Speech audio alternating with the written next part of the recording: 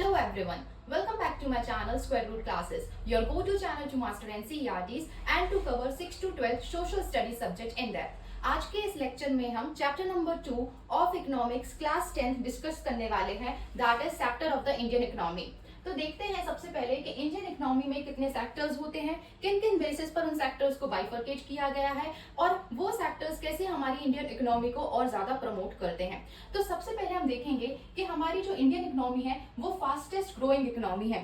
We are the 5th largest economy in the world. Indian economy अगर हम पूरे world में कंपेयर करें so it stand on 5th position. It's the 5th largest economy in the world. In terms of GDP and in terms of purchasing power parity, India की economy 2024 में around 15 trillion US dollar के लगभग है। That means Indian economy is the largest. It is growing in a very fast rate और ये developing economy है। That means we are developing on daily basis. We are a evolved economy right yet. So it's 5th largest economy. तो ये 5th largest economy को बनाने के लिए कौन कौन से सेक्टर्स हैं इकोनॉमिक्स में, वो हम डिस्कस यहाँ पे करेंगे। इकोनॉमिक्स के लिए आपको सबसे पहले टर्म पता होना चाहिए, that is economic activities. What does this word economic activities means?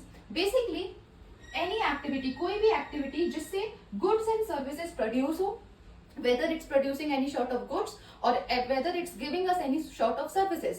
That means that particular activity adding monetary in the economy, it's adding money in the economy.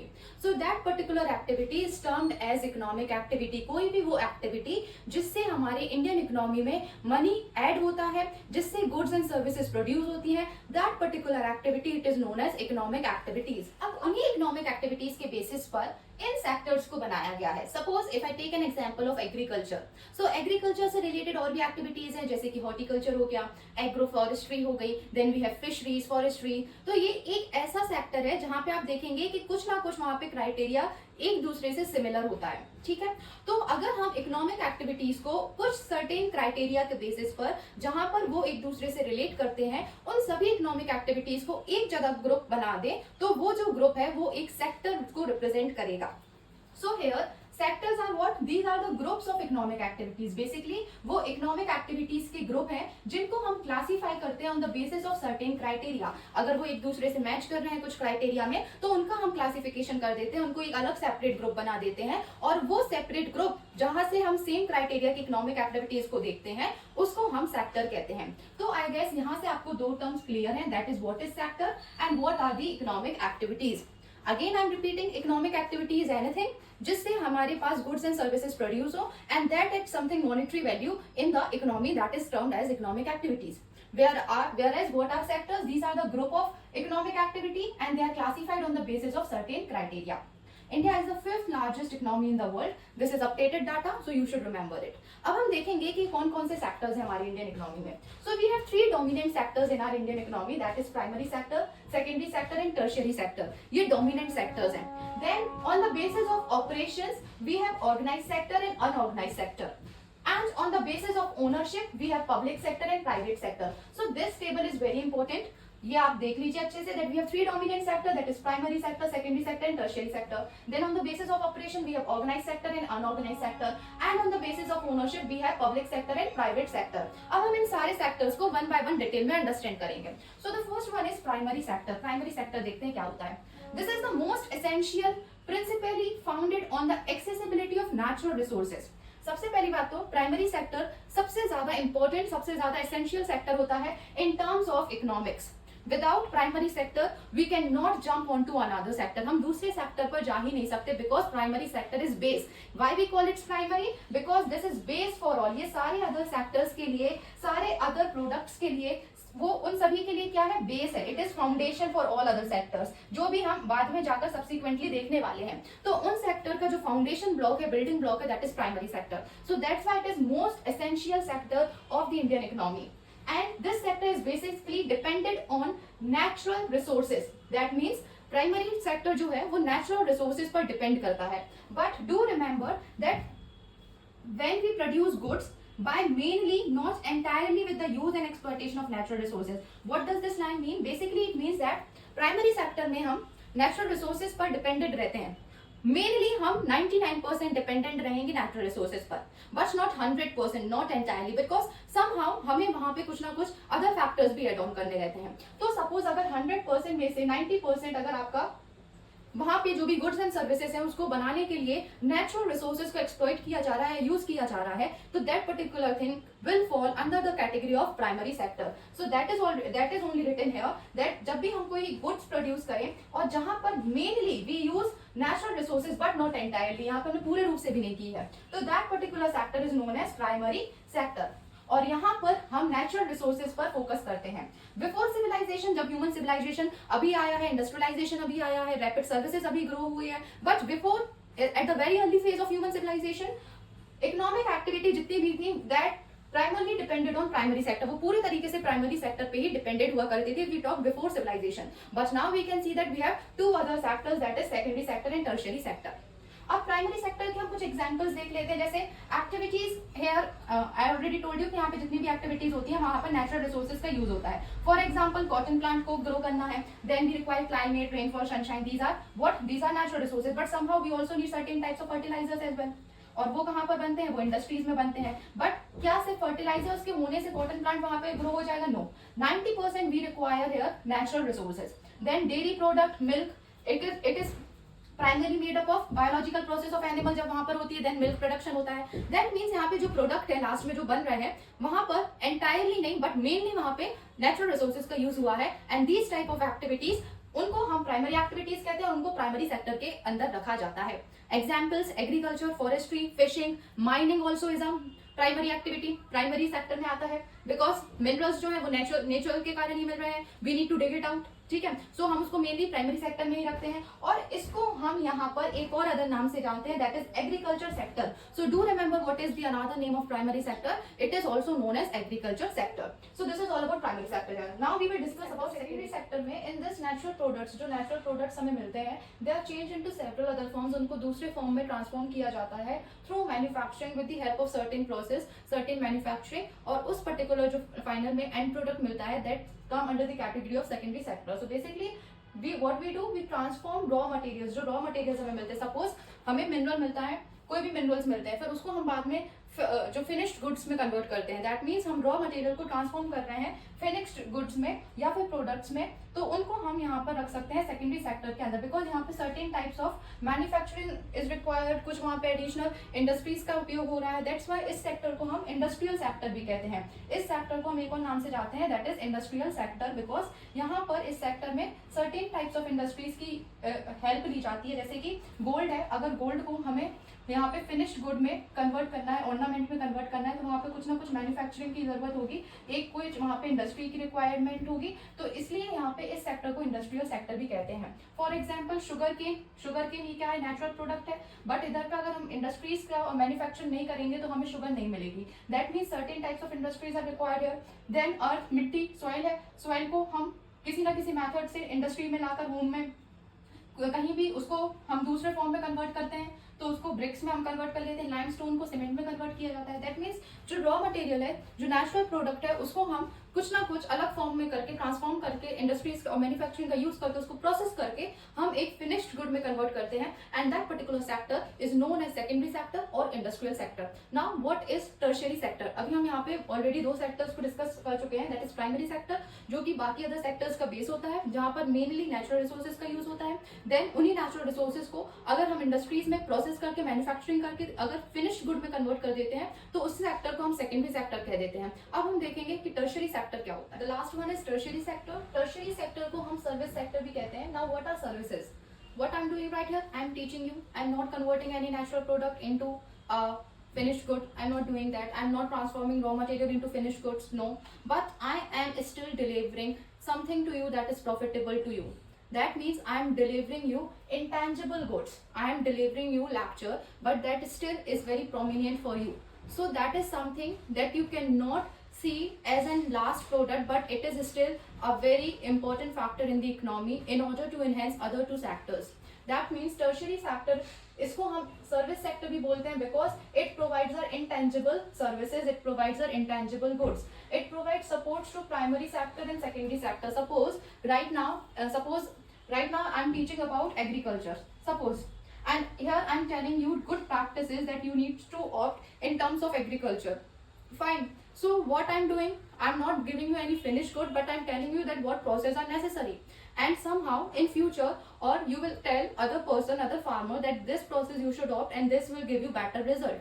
That means I am upscaling your primary sector or secondary sector indirectly or on direct basis. So I am supporting other sectors. So this particular thing is known as intangible goods or comes under the category of service sector. Examples, trade. How come trade? If suppose raw material से कोई चीज finished good में convert हो गई, now it needs to be delivered in different location. For that particular thing we require trade. We have to do trade and we need to have transportation there. So trade and transportation will fall under the category of service sector. Then education, that's teaching, banking, these are the services that comes under the category of service sector, and this sector is also known as tertiary sector. Basically tertiary sector is known as service sector. So let me tell you here that first we discuss primary sector जिसको हम agriculture sector कहते हैं, secondary sector जिसको हम industrial sector कहते हैं, and then we have tertiary sector जिसको हम service sector कहते हैं. So you need to remember these alternative names as well. Fine. So these are the three dominant sectors in the Indian economy. Now we will discuss on the basis of operation. So on the basis of operation, Indian economy is classified into two sectors, that is organized sector and unorganized sector. Now we will talking about organized first. Basically, it's a sector made by of businesses that follow government guidelines, regulation. That means जो business government rules regulation उनके guidelines उनके norms को follow करते हैं वो organise sector के category में आते हैं. For example multinational company TCS. TCS is a very big industry, IT sector. Then it's have multiple branches as well. That means it is a very spreadable business. और ये जो business है it's come under the guidelines of government. इनको government की guideline के तहत काम करना पड़ेगा. Like they cannot extend the working hours more than 8 hours. 8 hours से ज़्यादा ये काम नहीं करवा सकते. This is the given norm under the government guideline. So जो कंपनी जो बिजनेस गवर्नमेंट के रूल्स एंड रेगुलेशन अवॉइड करे they come under the category of organized sector. Next, larger business with more resources. Already I told you one such example. TCS is one of very large business और इनके resources wide spread है. वो consultancy provide करते हैं, BPO service, many other things, work on different projects. So resources are large. So यहाँ पर large businesses आते हैं. Employment term is fixed. That means अगर कोई भी यहाँ पे हायर हुआ है प्रॉपर ऑफर लेटर दिया जाएगा, उनका वहाँ पे टेन्योर पीरियड दिया जाएगा, उनकी वहाँ पे फिक्स्ड पेमेंट होगी, रेगुलर सैलरी आती है मंथली बेसिस. देन वहाँ पे उनको अलग अलग बेनिफिट्स मिलते हैं, medical benefits, medical insurance, then provident fund, employment fund, then working hours are also fixed. और अगर वो ओवर टाइम भी करते हैं तो they get paid for it. Medical benefits are also here. That means a very good sector जहाँ पर आपको हर एक कंडीशन गवर्नमेंट के गाइडलाइन के अंदर मिलेगी और वो उनको भी फॉलो करना पड़ेगी और आपको भी फॉलो करना पड़ेगी. यहाँ पे आपकी सैलरी भी फिक्स है, आपको कभी भी यहाँ पे डिसएडवांटेज नहीं देखा जाएगा in terms of salary and anything. Fine. Next, so this is about organised sector. Talking about unorganised now, तो जस्ट अपोजिट, यहाँ पर ये लोग गवर्नमेंट के रूल्स एंड रेगुलेशंस को फॉलो नहीं करते. Outside the control of government rules and regulation, यानी कि गवर्नमेंट इन पर कोई भी प्रकार के रूल या रेगुलेशन नहीं डालती है. आपको जैसा मर्जी आप वैसा करिए, whether you need to do overtime, whether you need to do work और not, it's entire up to you. Fine. So here outside the control of government rules and regulation comprises small units. अब जो चीज बड़ी है उस पर obviously government का control better रहेगा. यहाँ पर स्मॉल बिजनेस होते हैं पैचेस में, तो यहाँ पे गवर्नमेंट उनको कंट्रोल ही नहीं करती. सो अनऑर्गेनाइज सेक्टर बेसिकली कंप्राइजेस दो जॉब, वो जॉब यहाँ पर आते हैं जो इनरेगुलर होते हैं, कभी मिली कभी नहीं मिली. छोटी छोटी जॉब्स इसमें होती हैं, जैसे कि आपने देखा हो तो चाय वाला, ठेले वाला. तो ये क्या है, they are adding something in the economy. वो मॉनिटरी एड कर रहे हैं, बट स्टिल वो हम उनको ऑर्गेनाइज सेक्टर में नहीं रखते क्योंकि उनकी कभी दुकान चलेगी कभी बंद रहेगी. ये सब कुछ उन पे डिपेंड होता है. ठीक है. तो स्मॉल यूनिट्स में काम करते हैं. लो वेजेस, उनके जो इनकम है वो कम रहती है. नॉट रेगुलर, यानी कि it's entirely up to them कि उनको कब काम करना है. अगर कुछ सीजनल कुछ चेंजेस हो गए, ज्यादा बारिश कुछ हो गया तो वो अपना जॉब वहाँ पे क्लोज भी कर देते हैं। No provision for overtime, अगर वो ओवर टाइम भी कर रहे हैं तो वहाँ पे उनको कोई सैलरी नहीं मिलने वाली। No other resources like provident fund, medical insurance. Examples, farming, construction, domestic workers, काम वाले जो आपके घर में आते हैं, if they come to your house they will pay for that particular day, if they don't then हम उनकी सैलरी डिडक्ट कर लेते हैं। कभी वो काम पर आते हैं, कभी छोड़ देते हैं। So these are comes under the unorganised sector. So what is the basic difference? Organised sector जो है वो गवर्नमेंट के रूल्स एंड रेगुलेशन को फॉलो अप करके चलता है, उनके बिजनेस बड़े रूप में देखे जाते हैं, हर चीज फिक्स्ड होती है। अनऑर्गेनाइज सेक्टर गवर्नमेंट के कंट्रोल के बाहर है, स्मॉल यूनिट्स रहती है बिजनेस की, और वहाँ पे इरेगुलरिटी और वहाँ पे जो मेडिकल इंश्योरेंस, जो बेसिक चीजें हैं जो ऑर्गेनाइज सेक्टर में मिलती है, वो यहाँ पे देखने नहीं मिलेगी। सो this is on the basis of operation. Now, last on the basis of ownership, three categories are there: public, private, and joint. Public, as the word denotes, it's for every citizen. Public sector, in this government owns most of the assets. That means जो government का control यहाँ पे ज्यादा रहता है और वो बहुत सारी चीजें यहाँ पे अपने कंट्रोल में रखती हैं, और उन सभी चीजों को जिनका कंट्रोल गवर्नमेंट के पास है उनसे रिलेटेड वो सर्विसेज भी यहाँ पे देती हैं। So in this government owns most of the assets, काफी ज्यादा चीजें ये खुद ही कंट्रोल करते हैं, और उन एसेट्स के लिए they provide services not just to earn profit. इनका जो मोटिव होता है तो वो सिर्फ प्रॉफिट मेकिंग नहीं होता है, they also look to the welfare of the society. वो सोसाइटी के वेलफेयर के लिए भी वहाँ पे काम करते हैं, for example railways, post. So not just profit making organisation but also look after the welfare of society. So in this, that's why it is controlled by government. Next we have private sector. Private sector obviously profit making is one of the very important factor for them. And here जो enterprises हैं, जो companies हैं, they are hold by individuals. यानी कि वो किसके control में रहती है, या तो इंडिविजुअल्स के या फिर ग्रुप ऑफ सर्टेन पर्संस जिनसे उनके ओनरशिप राइट्स को नहीं लिया जा सकता और वो उन्हीं के पास ही में रहेंगी. So ownership is in the hands of private individual और कंपनीज. एंटरप्राइजेस होती है और उनका जो मेन पर्पस है that is to make profit. Then we have a joint sector. Joint sector basically amalgamation of both the sector, public as well as private. ये क्यों किया जाता है? सो दैट जो पर्टिकुलर चीज पर हम काम कर रहे हैं वो ज्यादा इफेक्टिव वे में हो, streamlining the efficiency of that particular domain, like in petrochemical और टेलीकम्युनिकेशन. सो जहां पे पब्लिक प्राइवेट दोनों कंट्रीब्यूट करें तो उसको जॉइंट सेक्टर कहते हैं. Public sector mostly it is holded by government and private sector individuals. Fine. So here we discuss sectors of the economy. Again, I'm repeating, on the basis of ownership we have three: public, private, and joint. On the basis of operation we have unorganized and organized. And there are three dominant sectors in the Indian economy, that is primary, tertiary, and secondary. So do visit this video again, and if you have any query, just do comment in the comment section, and I will answer them. Thank you and stay tuned.